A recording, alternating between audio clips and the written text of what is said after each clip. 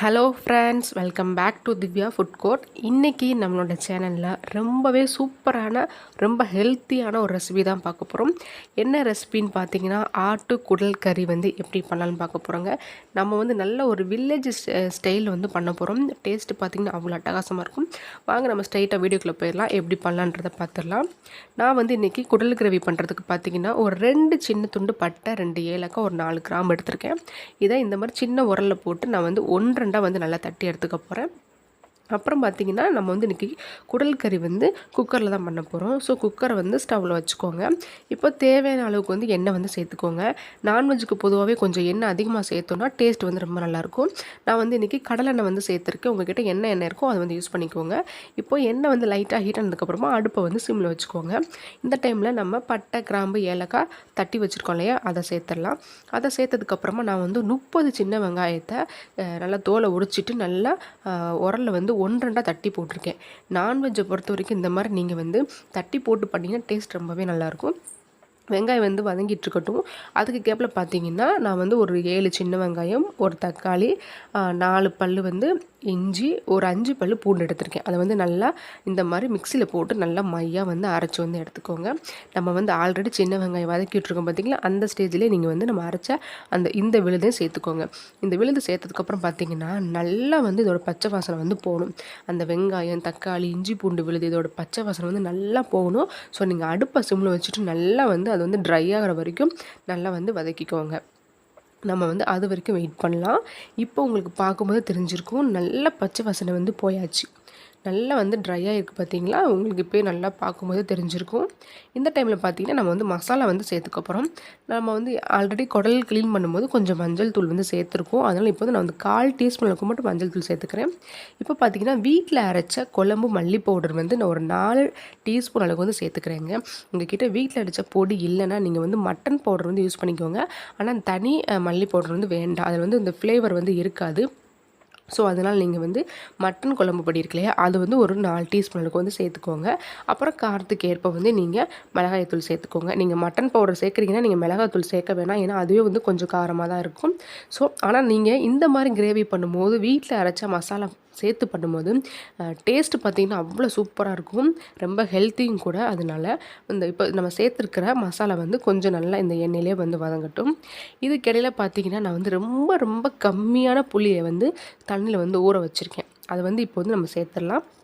ரொம்ப சின்ன துண்டு, ஒரே 1 இன்ச் அளவுக்கு மட்டும் எடுத்து இந்த அளவுக்கு மட்டும் தண்ணி சேர்த்து ஊற வச்சுருக்கேன். நீங்கள் குடல் கிரேவிக்கு இந்த மாதிரி புளி சேர்த்து பண்ணி பாருங்கள். டேஸ்ட் ரொம்ப சூப்பராக இருக்கும். இப்போ நம்ம சேர்த்துருக்கிற அந்த மசாலா அண்டு புளியோட அந்த பச்சை வாசனை போகணும். ஸோ அடுப்பை லோ ஃப்ளேம்லேயே வச்சுட்டு இந்த மாதிரி நல்லா மிக்ஸ் பண்ணிவிட்டு நம்ம வெயிட் பண்ணலாம். நம்ம சேர்த்துருக்க அந்த எண்ணெயெல்லாம் பார்த்திங்கன்னா மேலே நல்லா பிரிஞ்சு வரணும். அது வரைக்கும் நம்ம வெயிட் பண்ணலாம். அதுக்கு இடையில் நம்மளோட சேனல் நீங்கள் தான் ஃபஸ்ட் டைம் பார்க்குறீங்கன்னா மறக்காமல் நம்மளோட சேனல் சப்ஸ்கிரைப் பண்ணிடுங்க. பக்கத்தில் பெல் பட்டனை கிளிக் பண்ணிடுங்க. அப்போ தான் நான் அடுத்தடுத்து போடுற வீடியோஸ் கண்டினியூஸாக நோட்டிஃபிகேஷன் வரும். இப்போ பாருங்கள் நல்லா எண்ணெய் மேலே பிரிஞ்சு நல்லா தகன்னு வந்திருக்கு. இந்த அளவுக்கு வரணும். வந்ததுக்கப்புறமா நம்ம குடலை ஆல்ரெடி நல்லா சுத்தம் பண்ணி வச்சுருக்கோம். அதை சேர்த்துடலாம். இந்த குடல் கறியை பார்த்திங்கன்னா க்ளீன் பண்ணுறது கொஞ்சம் பெரிய ப்ராசஸ் தான். ஆனால் நல்ல பக்குவமாக நீங்கள் பண்ணணுங்க. வீட்டில் உங்களுக்கு பண்ண தெரியாதுன்னா கொஞ்சம் பெரியவங்க இருந்தாங்கன்னா அவங்கள்ட்ட கொடுத்து நீ பண்ண சொல்லுங்கள். ஏன்னா அதோடய வாசம் சுத்தமாக வரக்கூடாது. அந்த அளவுக்கு பார்த்திங்கன்னா நல்லா க்ளீன் பண்ணணும். இப்போ நான் ஒரு 1 kg அளவுக்கு குடல் இருக்கும். அதை நல்லா க்ளீன் பண்ணி வச்சுருக்கேன். அதை இப்போ நம்ம சேர்த்துடலாம். சேர்த்ததுக்கப்புறமா இந்த மசாலா கூட சேர்த்து நல்லா கலந்து விட்டுக்கோங்க. மசாலா எல்லாமே பார்த்திங்கன்னா அந்த குடலில் இறங்குற அளவுக்கு நல்லா மிக்ஸ் பண்ணிக்கோங்க. இந்த குடல் கறி பார்த்திங்கன்னா முக்கியமாக வயிற்றில் புண்ணு இருக்கிறவங்களுக்கு சாப்பிட சொல்லுவாங்க. அந்த வாயில் புண்ணு வரும். வயிற்றில் புண்ணு இருந்தால் வாயில் புண்ணு வரும். அது உடம்பு ஹீட்டுனால அந்த மாதிரி இருக்கிறவங்களுக்கு குடல் கறி சாப்பிட்டோம் அப்படின்னா வயிற்று புண்ணு சரியாகும்னு சொல்லுவாங்க. ஸோ அந்த மாதிரி இருக்கவும் ட்ரை பண்ணி பாருங்கள். இப்போ பார்த்தீங்கன்னா குடலை மசாலாவோட சேர்த்து நல்லா ஒரு 2 நிமிஷம் நல்லா வதக்கி விட்டாச்சு. இந்த டைமில் நம்ம குடல் மூழ்கிற அளவுக்கு தண்ணி சேர்த்துக்கலாம். உங்களுக்கு நல்ல குழம்பு மாதிரி வேணும்னா அதிகமாக சேர்த்துக்கோங்க. நான் கொஞ்சம் நல்லா திக்கான கிரேவியாக பண்ணுறேன் அப்படின்றனால நான் அந்த குடல் கறி மூழ்கிற அளவுக்கு மட்டும் தண்ணி சேர்த்துக்கிறேன். உங்களுக்கு நல்லா குடல் குழம்பாக வேணும்னா நீங்கள் இன்னும் கொஞ்சம் கூட நீங்கள் தண்ணி சேர்த்துக்கோங்க. இப்போது தண்ணி சேர்த்து நல்லா கலந்ததுக்கப்புறமா இந்த குடல் கறிக்கு தேவையான அளவுக்கு உப்பு நம்ம சேர்த்துடலாம். உப்பு வந்து இப்போ நீங்கள் ரொம்ப கம்மியாகவே சேர்த்துக்கோங்க. தேவைன்னா நம்ம வந்து லாஸ்ட்டில் கூட சேர்த்துக்கலாம். ஃபஸ்ட்டே வந்து அதிகமாக சேர்த்துறாதீங்க. இப்போ உப்பு சேர்த்துட்டு நல்லா மிக்ஸ் பண்ணிவிட்டு குக்கரை வந்து மூடி வச்சுருங்க. அடுப்பை வந்து சிம்லேயே வச்சுக்கோங்க. சிம்லேயே வச்சுட்டு ஒரு 6லேருந்து 7 விசில் வந்து விட்டுருங்க. நான் வந்து இன்றைக்கி வாங்கியிருக்க பார்த்தீங்கன்னா ஒரு பெரிய ஆட்டோட குடல் அப்படிங்கிறப்போ கொஞ்சம் அதிக நேரம் வேகணும். ஸோ உங்கள் குடலை பொறுத்து நீங்கள் வந்து அடுப்பு வந்து வச்சுக்கோங்க. இப்போ நான் மூடி போட்டு மூடி வச்சுட்டு ஒரு 6லேருந்து 7 விசில் வந்து சிம்லேயே வந்து வர வரைக்கும் நான் வெயிட் பண்ண போகிறேன். அதுக்கடையில் பார்த்தீங்கன்னா இந்த குடல் கறிக்கு வந்து ஒரு மசாலா வந்து நம்ம வந்து ப்ரிப்பேர் பண்ண போகிறோம். என்னென்னு பார்த்தீங்கன்னா 2 டீஸ்பூன் அளவுக்கு வந்து மல்லி, 1 டீஸ்பூன் அளவுக்கு வந்து ஜீரகம், 1 டீஸ்பூன் அளவுக்கு வந்து சோம்பு, 1 டீஸ்பூன் அளவுக்கு வந்து மிளகு, ஒரு சின்ன துண்டு பட்டை. இதை வந்து இந்த மசாலா பார்த்தீங்கன்னா வறுத்து நம்ம ஃபைனலாக ஆட் பண்ணும்போது அந்த கிரேவி வந்து இன்னும் எக்ஸ்ட்ரா ஒரு டேஸ்ட் கொடுக்கும். ஸோ நீங்கள் வந்து நல்லா மீடியம் ஃப்ளேமில் வச்சுட்டு லைட்டாக வந்து வறுத்துக்கோங்க. இப்போ பார்த்தீங்கன்னா அதோட அரோமா வந்து நல்லாவே வருது. இந்த டைமில் வந்து ஒரு 1/4 கப் அளவுக்கு வந்து தேங்காய் வந்து எடுத்துருக்கேன். ஏன்னா நம்ம கிரேவியாக பண்ணும்போது தேங்காய் சேர்த்தோம் அப்படின்னா தான் கொஞ்சம் நல்லா திக்காக வந்து கிரேவியாக வந்து வரும். அதனால் நான் வந்து தேங்காய் சேர்த்துட்டு நல்லா வறுத்ததுக்கப்புறமா இது வந்து ஆறுனதுக்கப்புறமா நம்ம தண்ணி ஊற்றி நல்லா பேஸ்ட் மாதிரி வந்து அரைச்சி வந்து எடுத்துக்க போகிறோம். இப்போ பார்த்திங்கன்னா தேங்காய் சேர்த்து நல்லா வந்து நான் வதக்கிட்டேன். கொஞ்சம் ஆறட்டும். ஆறுனதுக்கப்புறம் பேஸ்ட்டு வந்து ரெடி பண்ணிடலாம்.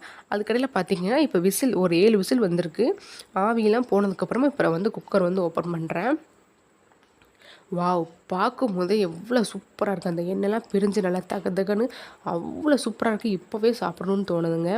ஃப்ளேவர் பார்த்திங்கன்னா நல்லா இருக்குது. ஏன்னா வீட்டில் அரைச்ச மசாலாவில் பண்ணும்போதே குழம்பு வந்து எக்ஸ்ட்ரா ஒரு டேஸ்ட் வந்து கிடைக்கும். இப்போ பாருங்கள் குழம்பு வந்து கொஞ்சம் நல்லா மிக்ஸ் பண்ணுறேன். மிக்ஸ் பண்ணும்போது தெரிஞ்சிருக்கும் குழம்பு வந்து கொஞ்சம் தண்ணியாக இருக்கிற மாதிரி. அதுக்காக நம்ம வந்து தேங்காய் பேஸ்ட் ஆட் பண்ணும்போது கொஞ்சம் நல்லா திக்கான கிரேவியாக வந்து வரும். இப்போ வந்து நான் வந்து கறி வந்து எந்த அளவுக்கு வெந்திருக்குன்றதை செக் பண்ணுறதுக்காக ஒரு பீஸ் எடுத்து சாப்பிட்டு பார்க்குறேன். ஆனால் பார்த்தீங்கன்னா குடல் கறி பார்த்திங்கன்னா ஒரு 3/4 பதத்துக்கு வந்து வெந்திருக்கு. நம்ம இப்போ அரைச்சி வச்சுருக்கிற அந்த மசாலா தேங்காய் பேஸ்ட் ஆட் பண்ணிவிட்டு மறுபடியும் நம்ம விசில் போட்டு விசில் வர வைக்கலாம். இப்போ நம்ம அரைச்சி வச்சுருக்க தேங்காய் பேஸ்ட்டை வந்து சேர்த்துடலாம். இது கூடவே பார்த்தீங்கன்னா நான் வந்து கொஞ்சமாக கொத்தமல்லி தழை அண்டு 4 புதினா இலை அதை வந்து மேலே வந்து போட்டுக்க போகிறேன். புதினா வந்து ஆப்ஷனல் தாங்க, வேணுன்னா சேர்த்துக்கோங்க, இல்லை நீங்கள் அவாய்ட் பண்ணிக்கோங்க. நான் ஜஸ்ட் ஒரு ஃப்ளேவருக்காக போடுறேன், அவ்வளோதான். அதை சேர்த்துட்டு நம்ம நல்லா கலந்து விட்டுறலாம். குடல் கறி பார்த்திங்கன்னா 3/4 பதம் தான் வெந்திருக்கு. ஸோ இன்னும் கொஞ்சம் கூட வேகணும். அதனால் பார்த்திங்கன்னா நான் வந்து இன்னும் கொஞ்சம் கூட தண்ணி சேர்த்துக்கிறேன். ஏன்னா நம்ம வந்து இன்னும் விசில் விட போகிறோம். ஸோ அதனால் தண்ணி இல்லாமல் பிடிச்சிடக்கூடாது. அதனால் நான் வந்து லைட்டாக வந்து தண்ணி சேர்த்துக்க போகிறேன். ஒரு 1/2 கப் அளவுக்கு மட்டும் தண்ணி சேர்த்துக்க போகிறேன். இந்த டைமில் நீங்கள் வந்து உப்பு காரம் எல்லாமே உங்களுக்கு ஓகேவான்னு செக் பண்ணிக்கோங்க. அப்படி இல்லைனா நீங்கள் இந்த டைமில் கூட காரப்பொடியோ இல்லை உப்பு கூட நீங்கள் சேர்க்கணுன்னா சேர்த்துக்கலாம். சேர்த்துட்டு இப்போ குக்கரை வந்து மூடி வச்சுருங்க. மூடி வச்சுட்டு நீங்கள் வந்து கிட்டத்தட்ட எந்த அளவுக்கு வேகணுமோ, அதாவது எனக்கு வந்து இன்னொரு 4 விசில் வந்தால் சிம்லேயே வச்சுட்டு வந்தால் போதும்னு தோணுது. ஸோ ஒரு 4 விசில் வந்ததுக்கப்புறம் நம்ம வந்து பார்க்கலாம். இப்போ பார்த்தீங்கன்னா விசில்லாம் வந்ததுக்கப்புறமா நான் வந்து ஓப்பன் பண்ணுறேன். பார்க்கவே சூப்பராக இருக்குங்க. நல்ல நறுமணம் வந்து வருது. நல்லா நீங்கள் சூடான இட்லியோ இல்லை தோசையோ சப்பாத்தி பூரி பரோட்டா முக்கியமாக பார்த்தீங்கன்னா சூடான சாதத்துக்கு வச்சு சாப்பிட்டிங்கன்னா டேஸ்ட்டு பார்த்தீங்கன்னா ரொம்பவே அட்டகாசமாக இருக்கும். பார்க்குறதுக்கே ரொம்ப சூப்பராக இருக்குது. டேஸ்ட்டு கண்டிப்பாக வந்து நல்லாயிருக்கும். கண்டிப்பாக நீங்கள் வந்து குடல் வந்து உங்கள் வீட்டில் வாங்குறீங்கன்னா இந்த மெத்தடில் குடல் கறி வந்து ட்ரை பண்ணி பாருங்கள். ஒன் டைம் ட்ரை பண்ணி பார்த்துட்டு டேஸ்ட் எப்படி இருக்குன்றதை நீங்கள் வந்து சொல்லுங்கள்.